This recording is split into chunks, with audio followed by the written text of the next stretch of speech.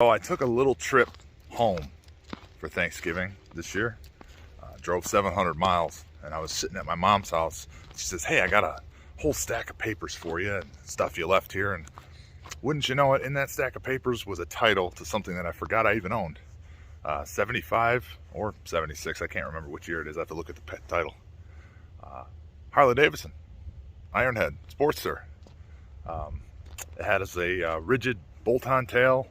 I had that bike. It was a very minimalistic, hardtail bobber. Headlight, brake light, kick only, no blinkers. It was very minimal.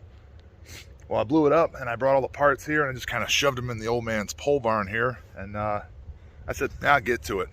Well, I'm here. And now I have the title that I forgot I had. So I guess we should probably get to it.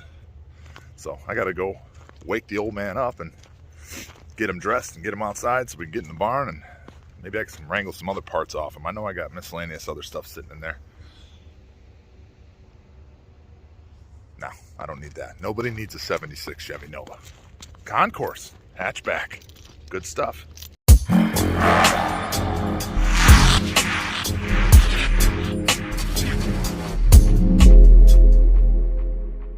All right, well, New York was fun, cold, uneventful, but fun nonetheless.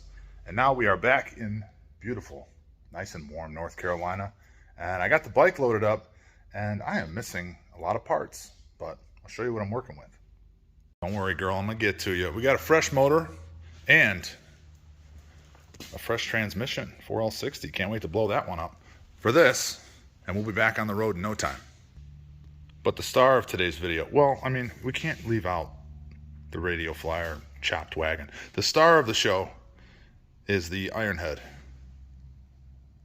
And if you can tell right there with I think those are Gixxer forks and a Gixxer wheel, I'm pretty sure.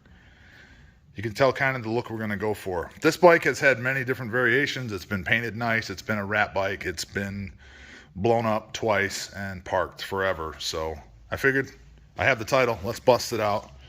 There's a lot of different things about Harleys that you need to know, like titles for some years go to the motor, then for some years they go to the frame, and I believe this is one of the bikes where it goes to the motor, but I don't really care because the frame is stamped somewhere in here. There's numbers stamped on it. Doesn't really matter, but I'm just going to title it as a 75 or 6 and then do whatever I want with it.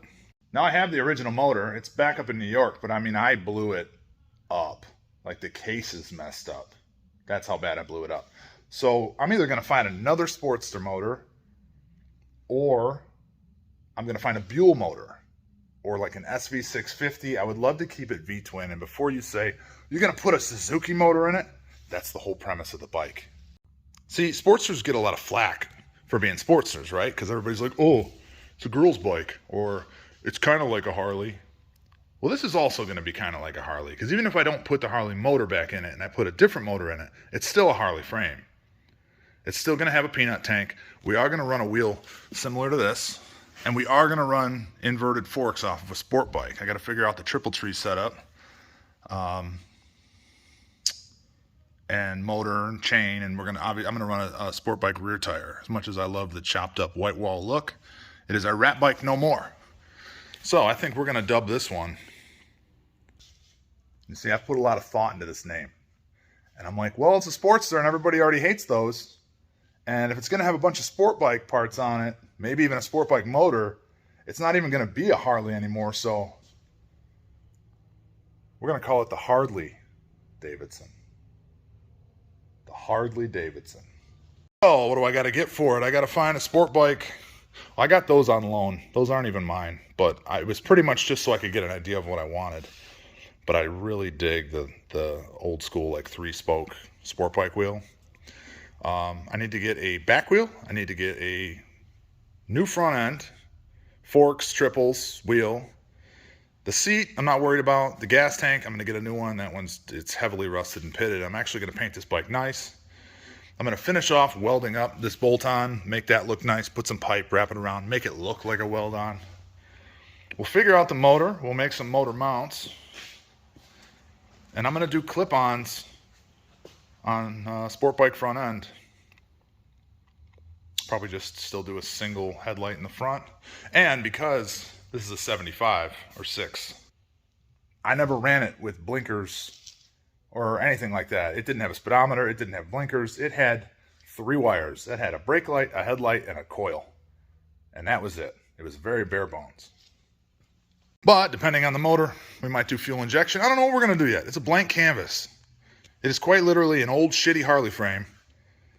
And I'm not going to use half the parts that are sitting in front of it. But I get to do whatever I want because it's mine. And because I get to piss off purists. And that's the name of the game. So, yeah, we're going to throw a bunch of sport bike parts at it and just keep throwing shit at the wall till it sticks.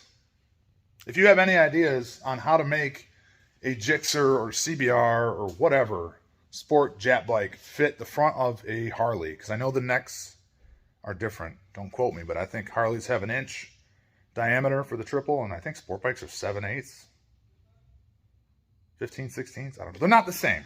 But if you have any insight on how to make a Gixxer front end fit on the front of a Harley, let me know. Otherwise, stay tuned, because this thing's going to be rad. But we're probably going to work on that first. I need to get rid of this junk. Thanks for watching.